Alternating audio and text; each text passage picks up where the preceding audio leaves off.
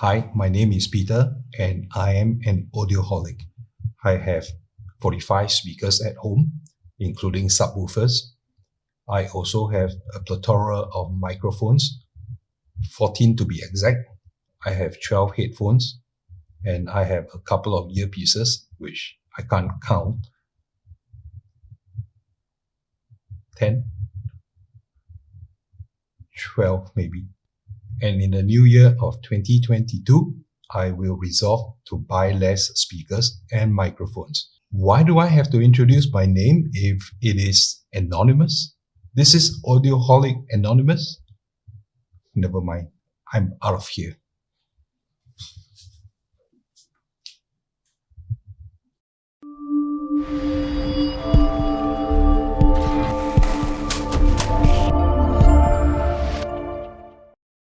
Okay, so I am back, and somewhere on the last day of 2021, I decided to take a stock take, right? Being the end of the year, and count the number of speakers and headphones and earphones and mics that I have around the house, and I realized I might actually have a problem.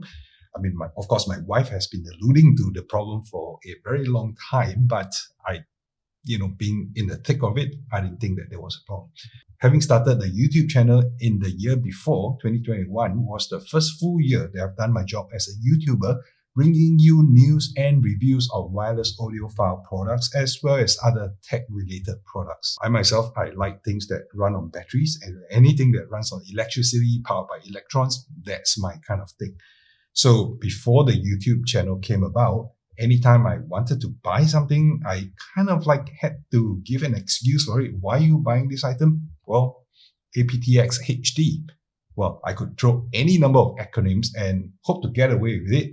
Of course, none of the acronyms stuck with my significant other. So I could say, well, it's Bluetooth 5.0 instead of 4.1. And the response is always, what, was there a 2.0 even? Yes, there was a Bluetooth 2.0. But, tech changes very fast. And in order to keep up with it, you've got to find very small incremental excuses all along and all throughout the year. And that became tiresome after a while. So the YouTube channel was great because when I needed to buy something, even things that I haven't reviewed as of yet, why are you buying it? YouTube channel review. Why do you need another headphone? YouTube channel review. Why do you need an electric toothbrush? YouTube channel review. No, I have not done the review of the electric toothbrush. But basically, it was a good excuse for anything that I wanted to do. And then finally, the question came, how much money are you making from your YouTube channel? Okay. Barely enough to cover the things that I have to buy, of course. So it came to the point that, well, I think you have a problem. So I thought, yeah, maybe I do have a problem with the number of speakers and headphones and earphones and mics around the house.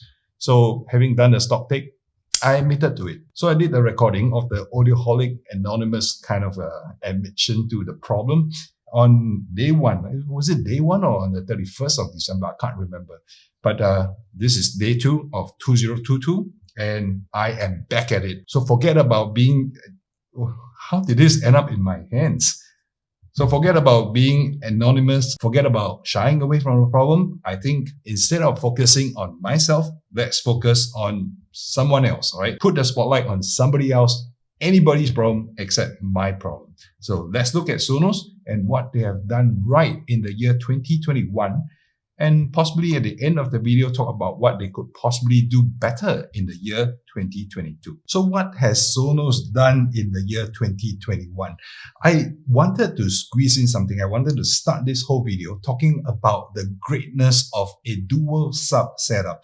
I've been thinking about dual sub setup for Sonos for a pretty long time, and then I thought when they implemented it, that was the best thing ever, right? Because it helps push extra sales for them. There was no reason for them not to do it. And a lot of home theater audiophiles, they actually go for a .2 or even a .4 in a 4 subwoofer setup. So why not Sonos? And I don't believe any other soundbar manufacturers have done this. So if you wanted a dual sub setup, that would have been Sonos.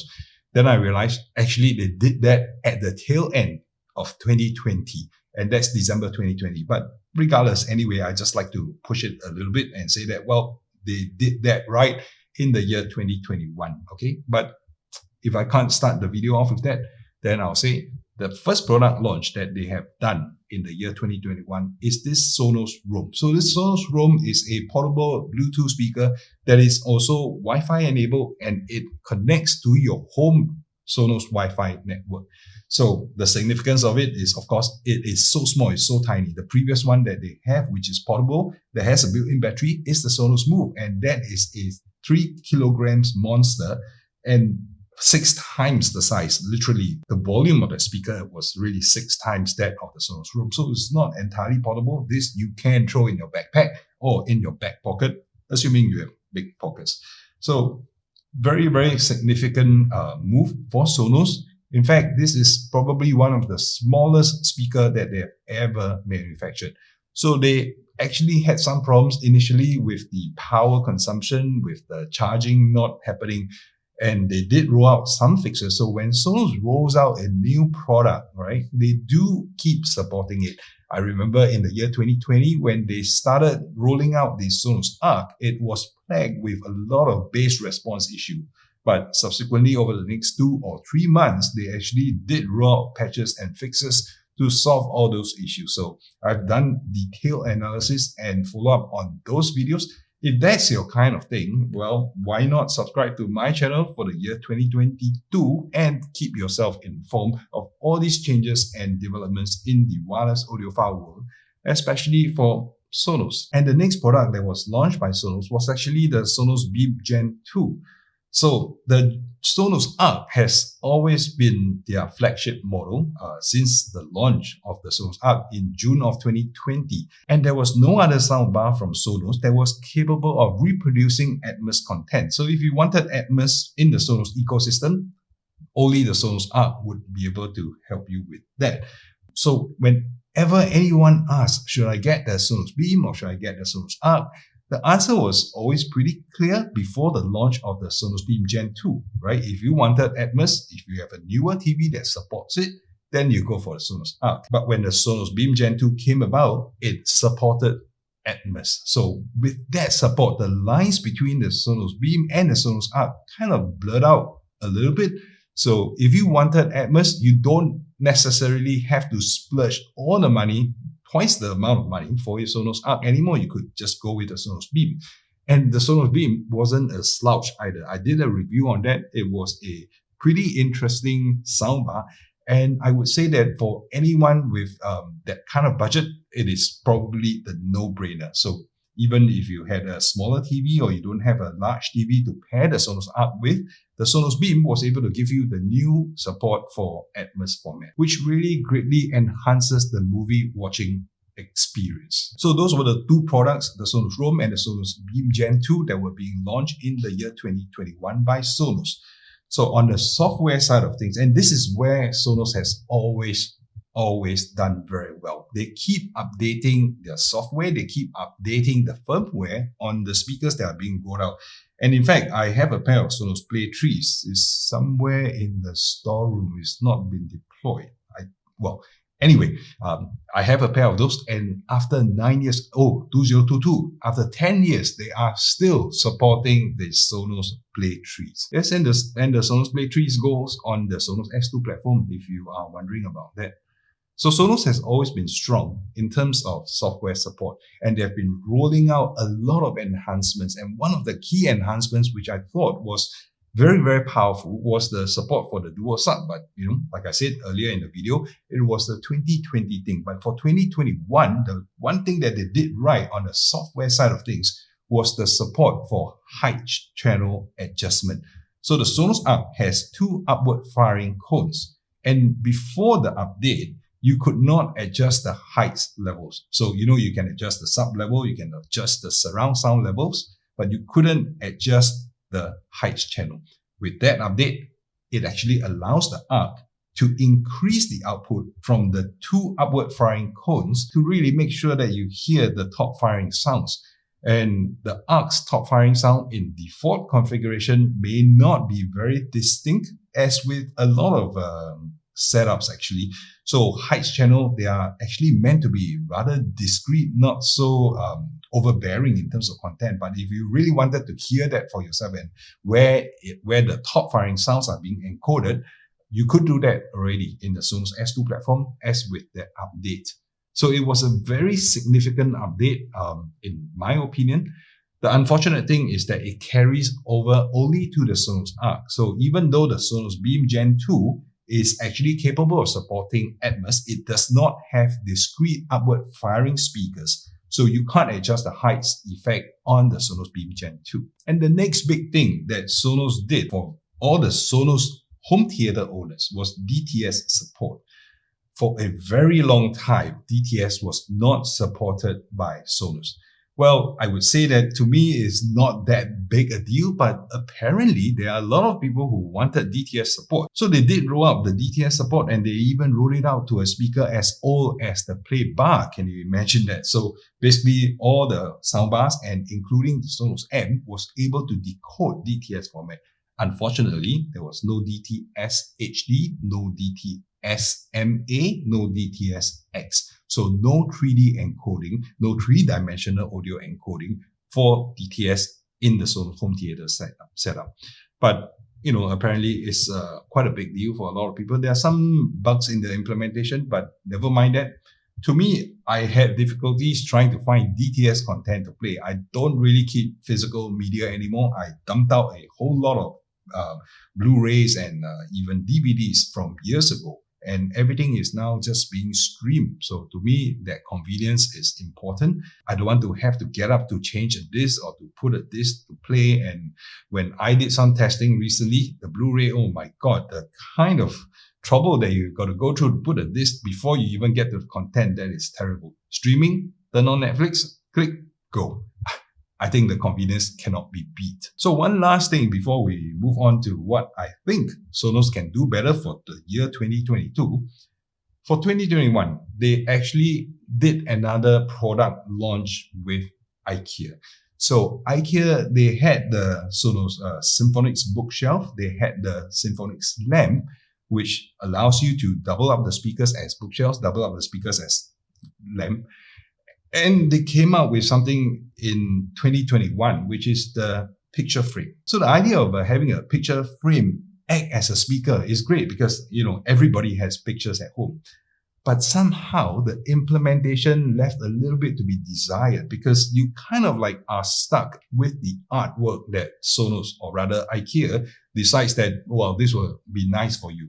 So the thing about IKEA design is that it can appear a little bit generic. So if you walk into some houses and you spot an IKEA piece of furniture, you kind of know that it is from IKEA. So for the IKEA picture frame, you don't really have the choice of the kind of picture that you want to place on it.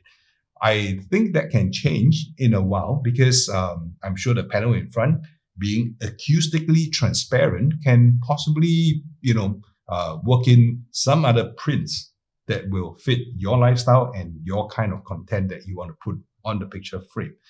Well, the other thing about the picture frame is that right? Okay, I understand that this is wireless still. It goes on Wi-Fi, but the power cable, right? So unless you actually have a hole in the wall that enables you to put a plug through, you're going to have a wire dangling down from the picture frame. So not the most ideal. Now, I would like to move on into the year 2022. Now, I do have a couple of thoughts and ideas for Sonos that they can implement, or, products that can roll out in the year 2022 to make our lives better, especially those of us who are audioholic. I don't know anonymously or not, but, let me just go through them. So let's move from where we last left off in 2021, which is that IKEA partnership. So I do believe that there are a lot of potential that IKEA can unlock from this partnership with Sonos, right? Can you imagine if you have a lazy Susan that will act as a volume control dial? So every time you turn the table, you are actually controlling the volume. Oh, this is the switch for my lights. But anyway, lazy Susan, dishes around the table, spin it, it acts as a volume control wheel. How cool is that? Or how about curtains? Curtains that has speakers woven into the fabric such that the moment it's morning time, it starts emitting some sounds to wake you up. It acts as an alarm clock. Or maybe couches, sofas, armchairs that has bass rumblers built in that works with your Sonos ecosystem, and you can pair a pair of them to your movies. When you're watching movies, your whole chair, your whole couch can be rumbling. It adds a layer of dimension to your movies, especially all the bass lines. Can you imagine that kind of partnership? So a couple of things interesting, but I think ultimately nothing very useful from IKEA. I hope they change that moving into 2022. But on a more serious note, I think product speculation for Sonos in the year 2022. Those of you who are active and have been looking out for Sonos news, you probably had heard of a mini sub that Sonos is developing. I don't know whether they're going to do that or not, so don't take my words for it. I'm not leaking anything. I am just participating in the speculation. Now, the Sonos sub is currently at Gen 3. It has been retaining almost the same form factor for the last 3 generations. And that's like a 10-year-old design already. That sub is not light, and that sub, although it is pretty slim, it is not exactly small either. So placement of the sub is also an issue because of the size. So I've helped a couple of you guys decide on how to place the sub. I've also done a video on the placement of a sub for optimal performance. But with a dual sub, okay, it changes the whole thing, because now instead of having to place one relatively large sub, you're going to have to place 2 large subs. With the introduction of a mini sub, that changes things a little bit. Subwoofers, depending on the size, they hit at different frequencies. So a smaller sub will be a little bit higher frequency, a little bit harder. There's more impact, so to speak. Whereas a larger sub, a larger cone, is probably going to be able to push more air, and the effects are deeper, more subtle, but it's not the kind that you really hear. It's more the kind that you feel in your gut. So with a mini sub, assuming you can pair it with a regular sub, the whole possibility of mixing the sound, mixing the bass line to your preference, then becomes a little bit more intricate, becomes a little bit more interesting. So besides being priced more affordably, I think the potential of a mini sub is going to be allowing a lot of home theater enthusiasts to mix the sound, the bass line, to their own preference and liking. And I'm not going to ignore the fact that a mini sub is going to look so cool. Can you imagine from this size to this size? Yeah, but I don't know. I don't know whether they're going to be launching that. If they do, I think it will open up kind of like a newish market, because the Beam Gen 2 with the mini sub, the Sonos Arc with the regular sub, a mini sub with the pair of Sonos Ones, maybe. I think that could work. I think the price point becomes pretty attractive, because right now you're going to be spending a little bit for the Sonos Ones, and then you got to pair it with the ultra expensive Sonos Sub Gen 3. But if you could introduce a mini sub at a great price point, maybe, I don't know, $400, then it could make a pretty good addition to your original 400 stereo Sonos One setup. The next product that I think Sonos might be looking at is the Sonos headphones. So this Sonos Roam is kind of like a newish concept, a very small portable speaker. But if they were into portable music at any rate, I think it would do well for Sonos to launch a headphone. Now, I have uncovered and I have gone through, made a video even on the patent that was being filed by Sonos for that headphone. Well, granted, not all patents actually see the light of the day in the form of a new product rollout, but I thought that the whole pattern was pretty interesting. It came with a volume control knob, which is at the end of the tip of the whole headband. Pretty cool design. And if they do come out with that, I think no questions, I will be the first to spring for it. Although I don't know whether Sonos has been great or have the technical chops to execute active noise cancelling or not, because now the Sony, the Bose QC45s, they have been doing noise cancelling, active noise cancelling for a while now, and they have gotten incredibly good at it. So Sonos will have big shoes to fill if they do want to come into the headphones market. Now, if Sonos launches the headphones without active noise cancelling, then I think they might be missing the boat or missing a step somewhere along the line. So I don't see them launching a premium set of headphones without active noise cancelling. And I'm going to assume that air travel is going to resume in some way over the next 1, maybe 2 years. So noise cancelling is a must. So another possible revision to their hardware, another possible new product is probably the surround speakers with upward firing cones. So people have talked about the Sonos One being updated to include upward firing cones. So instead of just having the upward firing channel coming from the front with the Sonos Arc, you are looking at the upward firing channels from the rear as well, firing the cones upwards towards the ceiling, bouncing it back. So you can get a 5.1 or 5.2 for the up 0.4. So the 0.4, the last 0.4 is for the upwards channel. And a lot of Atmos channels are being encoded in at least a 7.2.4 format. So with that, it will probably bring Atmos enjoyment to another level altogether.